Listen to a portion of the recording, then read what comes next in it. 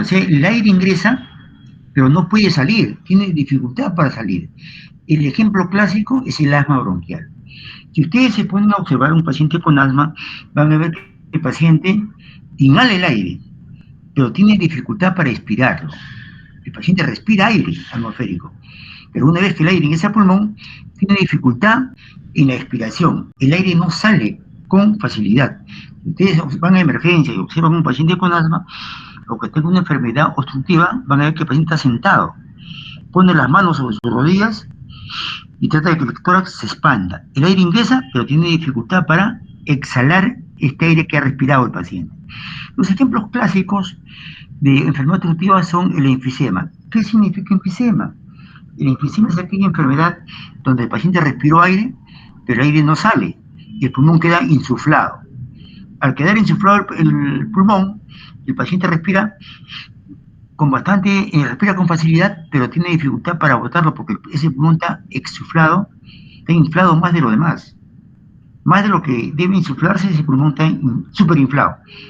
Entra el aire, pero el aire tiene dificultad para salir, se llama enfisema pulmonar. Cuando el pulmón está muy grande, súper insuflado, a eso se llama enfisema pulmonar. Y lo van a ver ustedes en los pacientes. Las bronquitis crónicas. Todo lo que termine en itis, en medicina, gastritis, inflamación del estómago, bronquitis, inflamación de los bronquios, pangastritis, inflamación del esófago, estómago y duodeno, todo lo que termine en itis, meningitis, inflamación de las meninges del cerebro. También produce enfermedad obstructiva. ¿Por qué? Porque los bronquios se llenan de moco, y al estar lleno de moco los alvéolos, los bronquios, el aire no puede ingresar con facilidad. Acá, estos bronquios, cuando hay bronquitis, se inflaman los bronquios y producen una sustancia inflamatoria, que es el moco.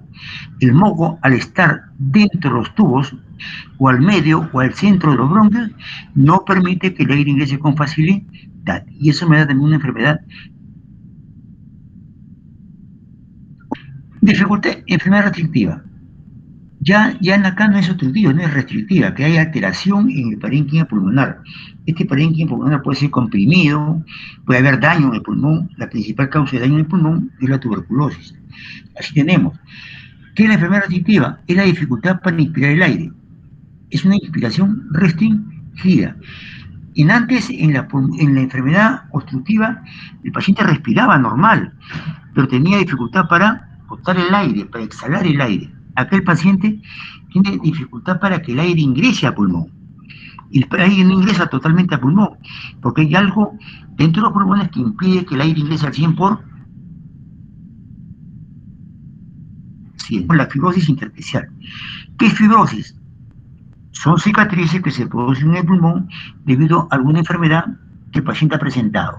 Por ejemplo, la tuberculosis. Se sana la tuberculosis, pero las cicatrices que quedan en el pulmón son alvéolos que ya no van a funcionar.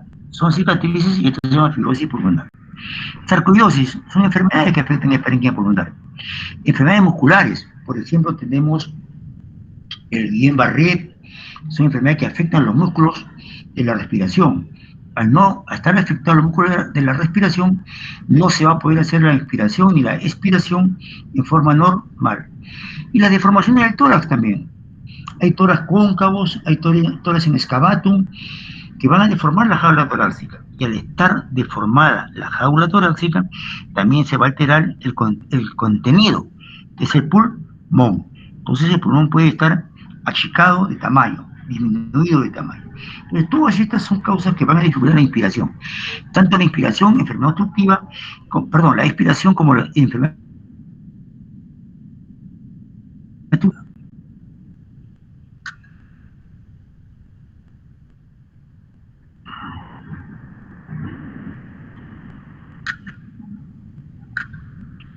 Aquí tenemos, por ejemplo, ¿no? ¿Cómo se miden los volúmenes? Hemos dicho que el volumen tital es la capacidad de aire que ingresa al pulmón y sale del pulmón en cada respiración. Luego que tengo una inspiración forzada, ese volumen de reserva inspiratoria. Boto todo el aire con fuerza, es un volumen de reserva expiratoria. ¿Cómo lo mido yo esto? Esto lo mido a través de un aparato llamado espirómetro.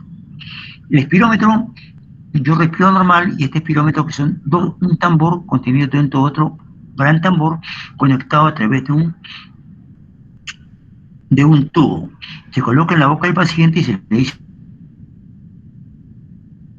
que el respiro va subiendo y bajando, comparado al volumen o al volumen de aire corriente.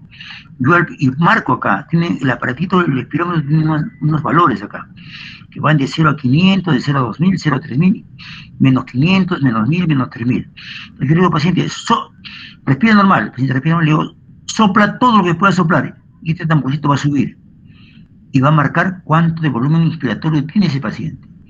Luego le digo, respira normal, exhala todo el aire, y el paciente bota todo el aire que puede, y eso acá marca el volumen expiratorio del paciente.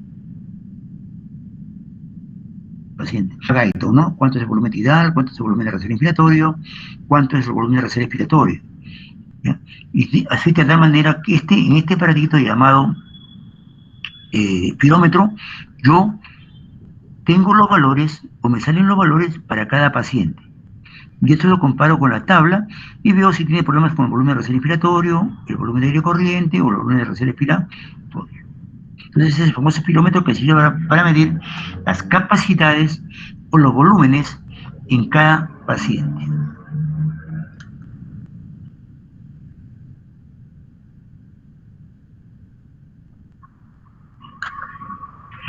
Entonces, cambios en la ventilación en presencia de volúmenes y flujos alterados. Miren ustedes, en la enfermedad obstructiva, ¿qué he dicho yo con la enfermedad obstructiva? En la enfermedad obstructiva, el aire ingresa al pulmón, pero tiene dificultad para salir. Entonces, ¿qué cosa ocurre acá? Cuando yo tengo una enfermedad obstructiva, la frecuencia cardíaca que debe ser menor de 20, fluctúa generalmente entre 14 a 16, es la frecuencia respiratoria normal. Ya dice, disminuye la frecuencia cardíaca. En la enfermedad obstructiva, la respiración van a ser. ¿Por qué? Porque hay dificultad para botar el aire. Y si hay dificultad para botar el aire, el tiempo expiratorio va a demorar más. Y al demorar más, la frecuencia respiratoria va a disminuir. Recuerden que las respiraciones por minuto son de 14 a 16. Nunca deben ser mayor de 20, porque si no el paciente está hiperventilando. Ni ser menor de 10, porque el paciente comienza a hipoventilar. Entonces, en la enfermedad obstructiva, en el asmático, ustedes van a ver que el paciente respira normal, pero tiene dificultad para botar el aire. Respira con facilidad, pero tiene dificultad para botar el aire. O sea, el tiempo expiratorio, ¿qué va a pasar con la frecuencia respiratoria? La frecuencia respiratoria por tal va a disminuir. La relación entre inspiración y expiración es 1 a 2. El tiempo que demora la inspiración es como 1 y el tiempo que demora la expiración es como 2. Entonces, en la enfermedad obstructiva está disminuyendo la frecuencia respiratoria y por lo tanto el volumen tidal aumenta. ¿Aumenta por qué? Porque ingresa el aire con facilidad, pero sale con bastante dificultad y el tiempo expiratorio se hace mucho más largo. En la enfermedad restrictiva, en la enfermedad obstructiva hemos dicho que hay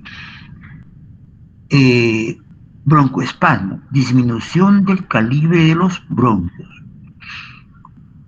La enfermedad restrictiva es donde hay daño en el parénquima pulmonar o hay compresión sobre el parénquima pulmonar, que hace que el pulmón disminuya su capacidad, pero en volumen.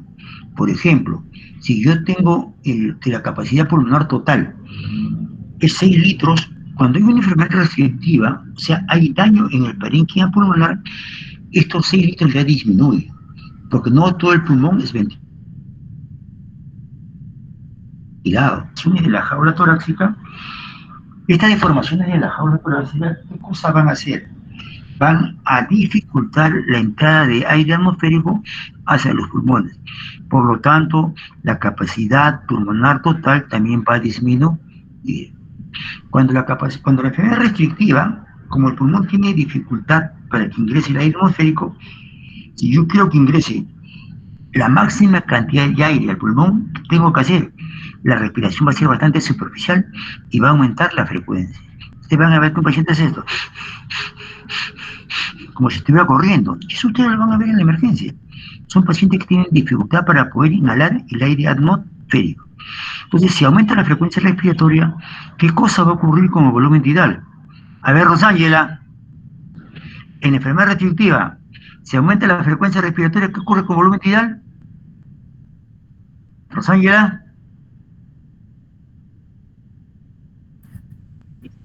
¿por qué? Porque el paciente... No, si sabes, dime, si no sabes, no me vas a perder el tiempo. No, doctor, no lo sé. Porque, a ver, la otra delegada. Los delegados son los que tienen que Doctor, saber más. disminuiría la perfusión. ¿Qué? ¿Qué me ha dicho? ¿Qué me ha dicho? Rosángela 2, ¿qué me ha dicho? A ver, Saraí. Saraí.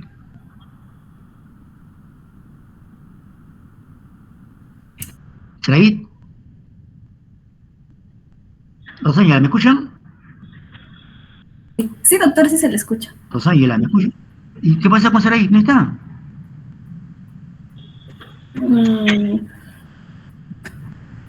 ¿Qué pasa con Saraí? Por favor, no quiero que me estén engañando, porque los alumnos ingresan a clase, dejan prendido su celular y se van. Por eso yo pregunto siempre en primera clase para ver quiénes son los que se han ido. El otro.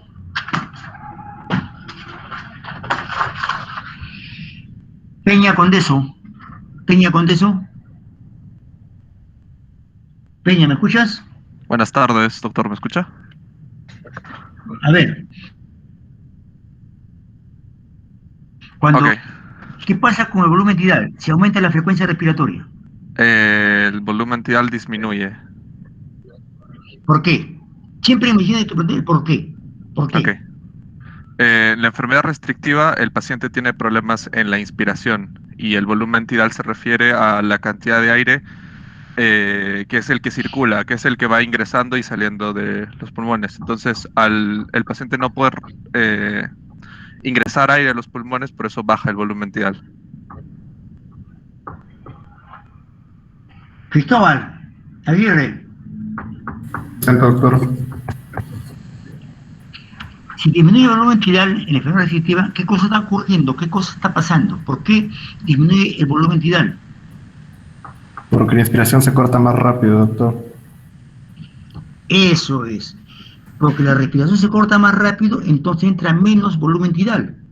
Para compensar el volumen tidal que está abajo, tiene que aumentar la frecuencia respiratoria. ¿Estamos? Porque el cuerpo a través del simpático, o del parasimpático, perdón, informa al cerebro, y el cerebro a través del centro respiratorio va a ordenar que la respiración aumente su frecuencia. Ya no ingresa los 500 centímetros cúbicos de aire por respiración, sino que ingresa menos. Y al ingresar menos es insuficiente para que el metabolismo de las células se pueda llevar a cabo. No ingresa una buena cantidad de oxígeno. Entonces, supongamos que normalmente ingresa 500. Cuando la enfermedad es restrictiva, para que ingrese estos 500, los 500 ingresar, en vez de hacer una respiración, tiene que hacer 2, para que pueda ingresar los 500 centímetros cúbicos de aire que teóricamente entraban en cada respiración.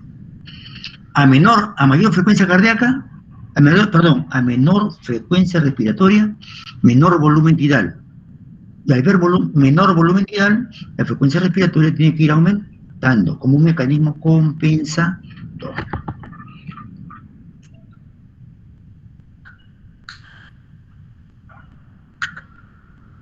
Miren ustedes, ventilación alveolar. La ventilación alveolar es ese volumen de aire que alcanza los alveolos en 1 minuto y participa en el intercambio de gases. Miren ustedes, aquí al alveolo ingresa ¿qué cosa? Aire atmosférico. Ingresan partículas y moléculas de aire. Es importante siempre recordar, porque ya vamos a ver más adelante, en la siguiente clase, cómo se realiza el intercambio de oxígeno y cómo debe haber una relación entre la ventilación y la perfusión. y cuánto debe ser la ventilación y cuánto debe ser la perfusión para que haya un intercambio gaseoso continuo. Entonces digo yo, el volumen de aire que alcanza los alveolos en un minuto y participa en el intercambio de gases, eso se llama ventilación alveolar. O sea, aquí ingresa aire atmosférico, que tiene los gases raros, tiene el oxígeno, tiene el CO2, tiene todo. El oxígeno. El oxígeno y el CO2 son los dos elementos que van a intervenir en el intercambio gaseoso. Y el CO2 es el único gas mesurable, dice. El CO2 es el único gas mesurable que aporta información sobre la ventilación alveolar. ¿Qué significa ventilación alveolar? ¿Por qué se da el aporte acá? Porque ya hemos dicho que el metabolismo de las células en el intercambio que da el recambio de oxígeno por CO2 a nivel de la célula, ahí se produce oxígeno. Ahí se produce oxígeno. Y el CO2, ¿qué cosa es? El CO2 es solamente un desecho de la mecánica respiratoria. Es algo que se produce como consecuencia de que las células captan oxígeno.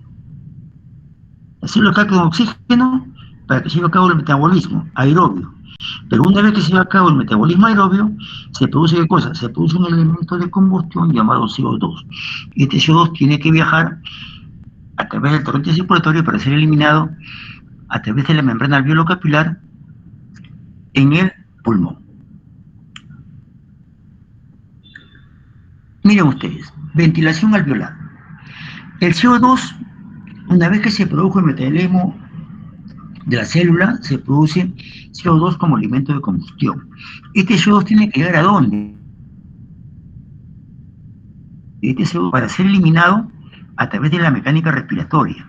Entonces digo yo, acá tengo el capilar sanguíneo. El capilar sanguíneo tiene dentro de sí, tiene glóbulos rojos. Dentro de glóbulos rojos, ¿qué cosa hay? Hay la hemoglobina. La hemoglobina va a transportar, en 2/3 del glóbulo rojo son hemoglobina. ¿Y esta hemoglobina qué transporta?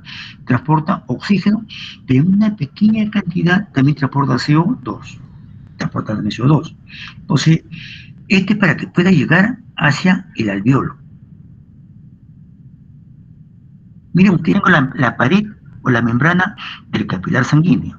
Este es para el intercambio de oxígeno por CO2. O sea, miren, ingresa el oxígeno dentro de la célula, ¿ya?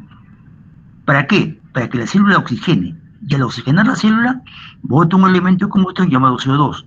Y este elemento llamado CO2 ingresa al torrente circulatorio.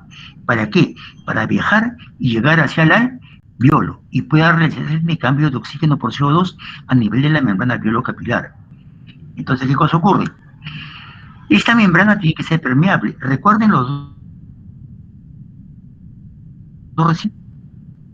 Porque difunde un elemento A hacia otro lado a un recipiente B por diferencia de presión a través del mecanismo llamado difusión. ¿Qué es la difusión? Es el pasaje de átomos o gases de un medio a otro, siempre y cuando la membrana esté permeable. Y este fenómeno es reversible. ¿Qué significa? Que si pasó de A a B, va a tener que regresar de B hacia A. Entonces, la ventilación alveolar. El CO2 se transporta en la sangre bajo 3 formas. Ya se produjo el CO2 acá, en la célula, y por difusión entró hacia la sangre. Y este CO2 tiene que llegar hacia el alveolo. ¿Cómo viaja? Para llegar al alveolo, viaja uno, disuelto en la sangre. 2, uniendo la hemoglobina y otras proteínas. La albúmina. Una proteína que se encuentra en menor porcentaje son las globulinas. Ahí también viaja el CO2. El CO2 entonces viaja disuelto en la sangre, se produjo en la célula, se libera, ingresa al torrente circulatorio y viaja disuelto en la sangre, uniendo la hemoglobina y a otras proteínas, siendo la principal proteína la albúmina. Y como consecuencia también hay otra proteína que es mucho más pequeña, que son las globulinas. Y también viaja el CO2 como parte del bicarbonato. Por favor, métanse de ahora en adelante este elemento llamado bicarbonato, porque va a ser bien utilizado en la mecánica respiratoria para dar el equilibrio ácido básico, fundamentalmente, ¿dónde? En el metabolismo renal. Cuando ustedes hagan el segmento de nefrología, van a utilizar bastante el bicarbonato. ¿Por qué? Porque el bicarbonato es el que nos va a dar el pH sanguíneo. El bicarbonato interviene en la mecánica respiratoria e interviene en la mecánica renal. Esto es lo más importante que hay. ¿Por qué? Porque este bicarbonato en la mecánica respiratoria, ¿cómo interviene? Se transforma en agua más CO2. Y el CO2 es el elemento que se produce en las células. Entonces, si se produce ingresa al torrente circulatorio y una de sus formas de viajar hacia el alveolo es transformándose en bicarbonato. Vamos a ver cómo el bicarbonato va a formar CO2. Vamos a ver. Miren ustedes, el transporte del CO2, el 100% del CO2, ¿ya? Se transporta uno en el glóbulo rojo y dos en el plasma. Decimos que ingresa en el glóbulo rojo y también en el plasma. De estas dos formas viaja hacia el alveolo. Viaja hacia el alveolo para que pueda llevarse el intercambio de CO2 por el CO2 que está acá en el alveolo. Recuerden que en el alveolo entra oxígeno y también entra CO2. El CO2 que se produce en el metabolismo de las células viaja a través de viaja en el glóbulo rojo y viaja en el plasma. En el glóbulo rojo, el 5% de todo el oxígeno de todo el CO2, perdón, que se produjo en el metabolismo de las células, el 5% viaja disuelto en la sangre. El 21% se mezcla con el CO2 y produce la carboxihemoglobina. 21% viaja como carboxihemoglobina. Y el CO2. Sí, o sea, de hecho tengo varios campos que subir, pero no los quiero subir porque no termino con todos todavía.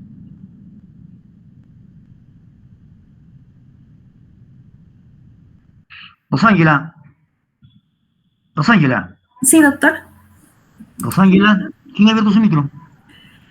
Un colega, doctor. Apaga los micros, pero Rosángela. Apágalo. Sí, doctor. ¿Listo? Dile que no abran los micros, pues. Diles. Rosángela, dile que no abra su micro, pues. Sí, doctor, ya está apagado. Ya, apágalo todos, ¿ah? Ya, mire entonces, el CO2 que se produjo en la célula, en el metabolismo de la célula, va a llegar hacia el alveolo. Supongamos que el metabolismo de la célula del dedo gordo produce CO2, ese CO2 tiene que llegar hacia el alveolo. Y para llegar hacia el alveolo, tiene que viajar uno en el glóbulo rojo y dos disuelto en el plasma.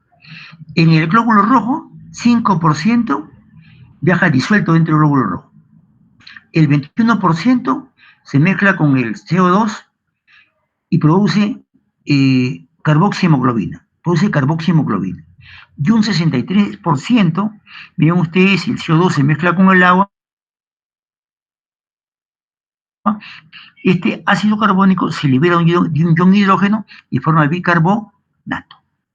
Entonces, miren, 5% viaja disuelto en la sangre, 21% como carboxihemoglobina, y un 63% el agua se mezcla con el CO2, forma ácido carbónico, y este ácido carbónico, en presencia de la enzima anhidrasa carbónica, se libera de un ion hidrógeno y forma bicarbonato. Son las tres formas principales que viaja disuelto CO2 dentro del glóbulo rojo.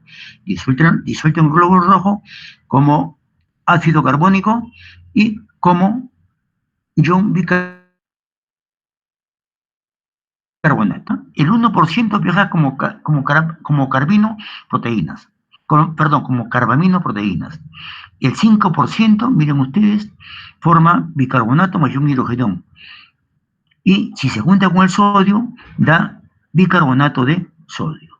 Acá tengo el ion hidrógeno que libera, el agua más CO2 libera y libera un ion hidrógeno y forma bicarbonato. Y si este bicarbonato se junta con el sodio, que es bastante abundante dentro del torrente sanguíneo, forma el bicarbonato de sodio. Y un 5% viaja disuelto como ácido carbónico. Entonces, si sumamos todo esto, miren, 5% más 21 son 26%. 26% más 63 son 89%. Más 1% como carbón, 5% como bicarbonato que se mezcla con el sodio como bicarbonato de sodio y un 5% disuelto como ácido carbónico. Entonces acá tenemos 100%, el 100% de cómo viaja el CO2 hasta llegar al alveolo. Estas cosas son bastante importantes, mira, aunque parezca bastante simple, es la forma como viaja el CO2. El CO2 que se produce en el metabolismo de las células en presencia de oxígeno tiene que ser eliminado. No es que se produzca y ya de frente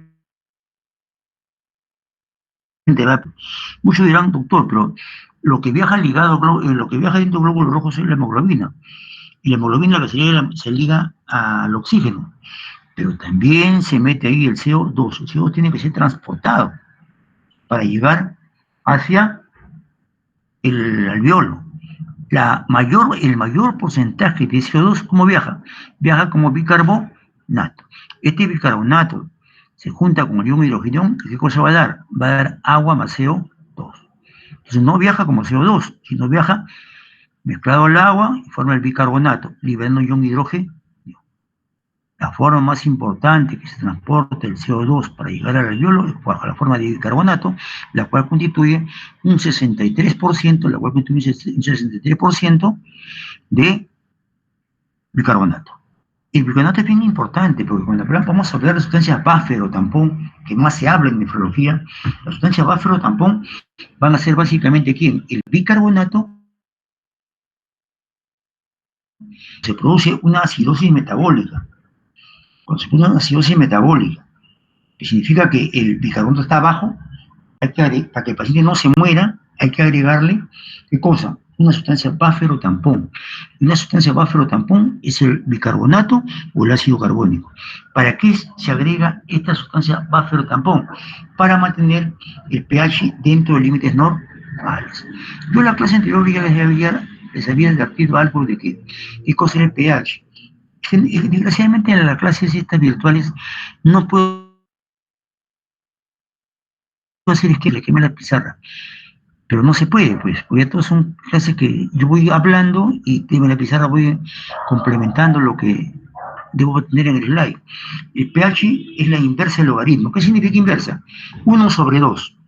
1 sobre 2 del logaritmo del ion hidrógeno.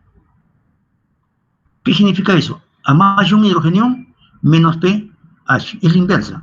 Menos ion hidrógeno, más pH.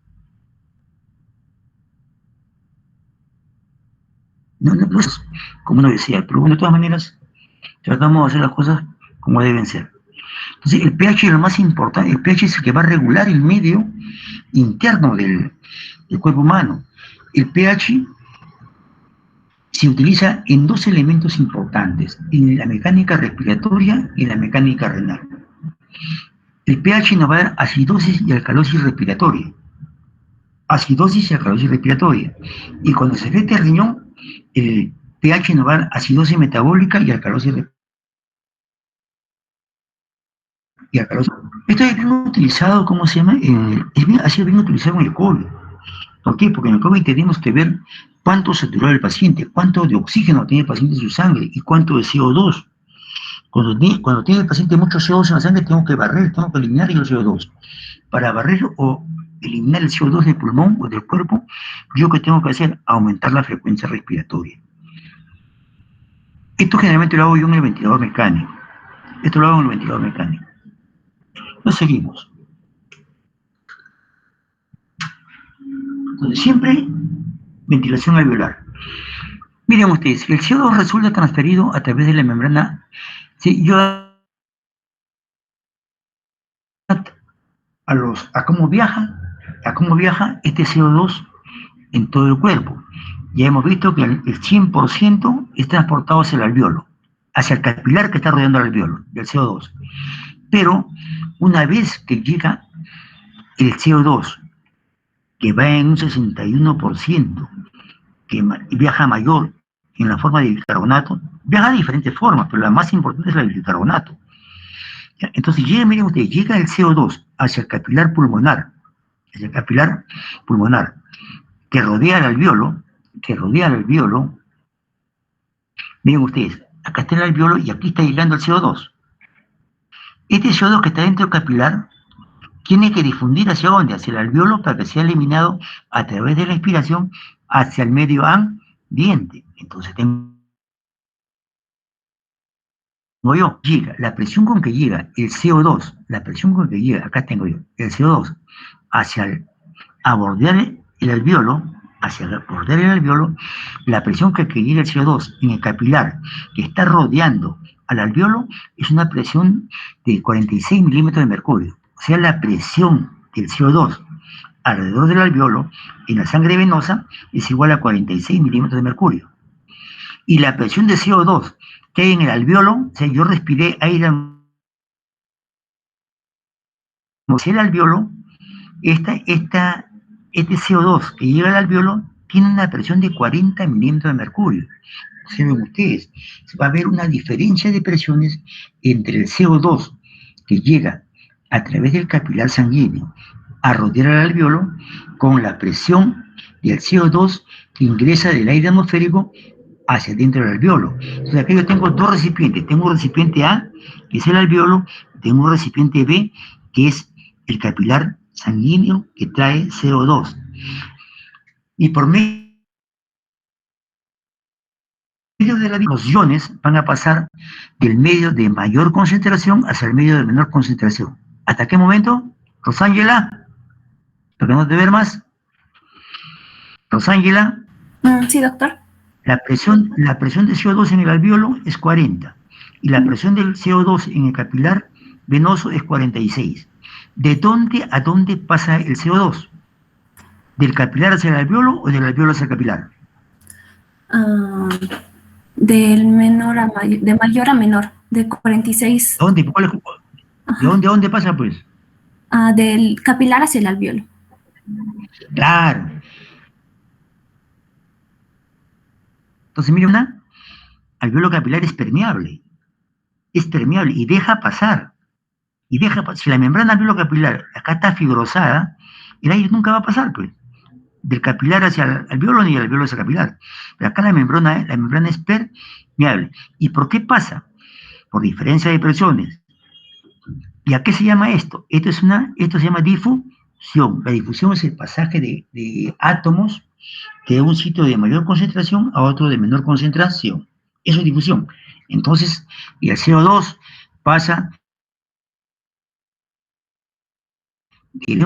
hacia el alveolo. ¿Por qué? Por el mecanismo de difusión. ¿Y por qué pasa por mecanismo de difusión? Porque la presión en el capilar es 46 milímetros de mercurio y la presión de CO2 dentro del alveolo es igual a 40. ¿Hasta qué momento pasa? Hasta que las presiones en el capilar y las presiones en el alveolo se hacen iguales. ¿Y por qué va a difundir más? Porque ya acá se va a producir la expiración. Ya el alveolo comienza a inflarse y aumenta la presión dentro del alveolo y va a salir, y el CO2 va a salir hacia el exterior a través de las vías respiratorias superiores. Esto yo lo estoy aislando. ¿Por qué? Porque acá no solamente va a pasar oxígeno, sino también va a pasar CO2, pero el CO2 tiene otro mecanismo de transporte y también tiene diferencias de presiones un poquito más grandes. Por eso primero estoy explicando cómo pasa el CO2. Entonces ya ustedes saben cómo pasa el CO2. Pasa CO2 del capilar hacia el alveolo, para que sea eliminado. Pero a mí no me interesa el CO2, lo que a mí me interesa es el oxígeno. Ya vamos a ver cómo CO2. ¿Entendidos hasta acá? A ver, Saraí. ¿Está Saraí? Se fue Saraí. Rosángela, dile a Sarilla que mañana no venga, ¿ya? Porque por gusto ya son 2 clases que está faltando. A ver, vamos a ver otro que esté durmiendo. Terán. ¿Quién es Terán? Doctor, buenas tardes. A ver, Terán. ¿Has entendido hasta acá? Sí. Ya, ¿me podrías explicar todo este mecanismo de la ventilación? ¿Podrías explicármelo? Claro. ¿Cómo se, una vez que cómo se mete, Llega ya hacia- se produjo en la parte más distal del cuerpo, tiene que llegar hacia el alveolo? Claro, ¿Qué cosa ocurre? Sí, ocurre el intercambio entre el capilar y el alveolo por la diferencia de presiones. Ya. ¿Cómo se llama ese mecanismo? ¿La diferencia de intercambio? Difusión. Difusión, por eso estudiamos la ley de física, para que ustedes entiendan esto. No es que ustedes solamente respiran normalmente aire, botan, respiran, botan, pero no saben lo que está ocurriendo dentro de su pulmón. Esto hay que saberlo, porque yo todo esto lo utilizo cuando el paciente está en ventilación mecánica, en el capilar, y tengo que saber cuánto es la presión que le estoy metiendo yo al paciente, para que el paciente pueda exhalar todo este CO2, para que se produzca el mecanismo de difusión, porque no se produce el mecanismo de difusión en vano. Voy a hacer yo toda la mecánica respiratoria porque no va a haber intercambio de oxígeno por CO2. Pero recuerden, para que esto se lleve a cabo, tiene que estar indemne, ¿qué cosa? La pared del alveolo, y tiene que estar indemne el capilar sanguíneo. ¿Qué pasa si este capilar está lleno de colesterol? Si este capilar está lleno de colesterol, no se va a realizar el cambio gaseoso, pues. ¿Por qué? Porque podrá estar acá el CO2, pero no pueden difundir porque la pared está engrosada, porque está lleno de colesterol. Esto es lo ideal. En un pulmón sano, en un paciente joven de 20 años, esto se realiza así, y tiene que realizarse siempre así. Pero si es viejo, ya tiene fibrosis pulmonar, que son cicatrices acá en los alveolos, y no va a difundir bien. Va a haber alveolos que van a estar sanos, pero hay una parte de los alveolos que van a estar dañados. Este es un paciente, todo esto es en un paciente sano. Ahora, todo el CO2 que penetre en el espacio alveolar, todo el CO2 que ingresa al alveolo, tiene que ser exhalado durante la respiración, durante básicamente la expiración. Entonces ya entienden el mecanismo, cómo se elimina el CO2, ¿cierto? Se producen hasta en las células más lejanas el CO2, debido al metabolismo de las células, o el metabolismo celular. Este viaja en el torrente circulatorio, llega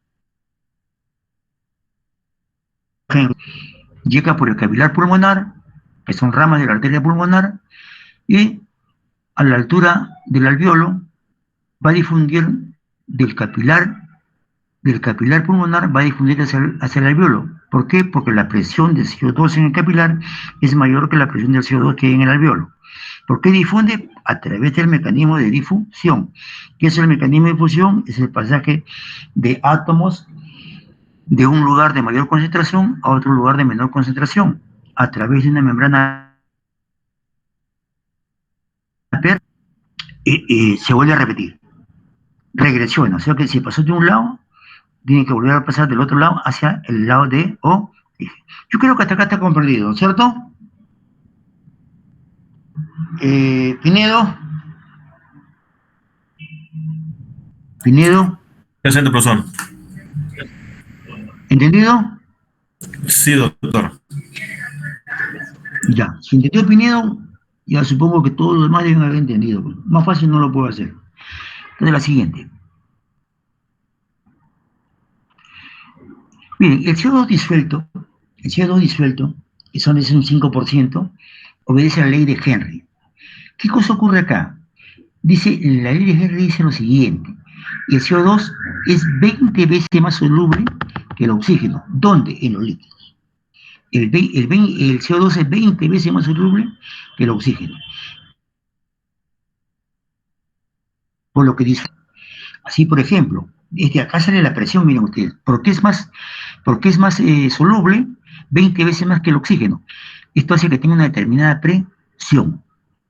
La presión de CO2 venosa es de 46 milímetros de mercurio o 45 toros. Y la presión de CO2 en la en la sangre arterial, es de 40 toros. Nosotros nos evitamos los toros y trabajamos con milímetros de mercurio. No vamos a trabajar con una PCO2 venosa, como 45 toros, sino vamos a trabajar con una PCO2 venosa de 46 milímetros de mercurio, y con una PCO2, veamos el toro y redondeamos acá, en vez de 45, redondeamos a 46 milímetros de mercurio. Por favor, cuando nosotros en medicina, en aparato respiratorio, cuando manejo ventiladores, cuando ustedes hagan una prueba de gases en sangre arterial, los gases en sangre arterial, ¿qué le van a dar? Van a medir en una máquina, van a medir el pH de la sangre, van a medir el PCO2 que tiene esa sangre arterial, van a medir la presión de oxígeno, van a medir cuánto tiene sodio, cuánto tiene potasio, van a medir cuánto tiene de PAFI. El PAFI era importante para los pacientes con ventilación mecánica. El PAFI lo más importante para un paciente es si va a entrar a ventilación mecánica o no. Un PAFI normal es 300. Entre 200 a 300 se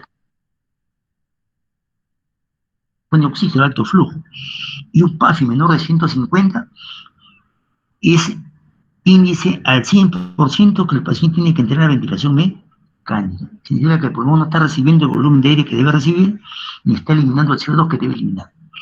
Aquí, si de ahora en adelante nosotros ya vamos a decir acá, presión de CO2, siempre vamos a hablar como PCO2. La presión de oxígeno vamos a hablar como PO2. Ya nos olvidamos de presión venosa, de presión arterial. Decimos el PCO2 arterial o PCO2 venoso. Eso es lo que nosotros utilizamos en mecánica respiratoria. Ya no decimos de frente PCO2 o PO2. PO2 es la presión de oxígeno que hay en la sangre venosa o en sangre arterial. Y PCO2 es la presión de CO2 que hay en sangre venosa o en sangre arterial. La PCO2 venosa normal debe ser 46 milímetros de mercurio. Y el PCO2 arterial, la presión de oxígeno, de CO2, perdón, que hay en la arteria es 40 milímetros de mercurio. Por la ley de Henry hablábamos de todos, de mercurio. ¿Por qué? Porque la presión barométrica está dada en milímetros de mercurio. Entonces, miren ustedes, la velocidad de transporte del CO2 a través de la barrera alveolo-capilar es igual a la del oxígeno. ¿Qué significa esto? Que la velocidad de transporte del CO2 y del O2 a través de esta membrana va a ser igual. ¿Por qué? Va a ser solamente por diferencia de presiones, pero les voy a adelantar un poquito. Miren, cuando el CO2 entra de acá del capilar sanguíneo, ingresa hacia el alveolo, no solamente ingresa el CO2, sino va a arrastrar consigo a quién, va a arrastrar consigo también al oxígeno. Yo lo he separado por cuestión didáctica, pero normalmente en el pulmón, cuando ingresa el CO2 por diferencia, no solamente difunde el CO2, sino también va a difundir oxígeno. Eso lo vamos a ver más adelante. Entonces, para que entiendan más claro, he hecho esta separación, ¿ya? De difusión solamente de CO2.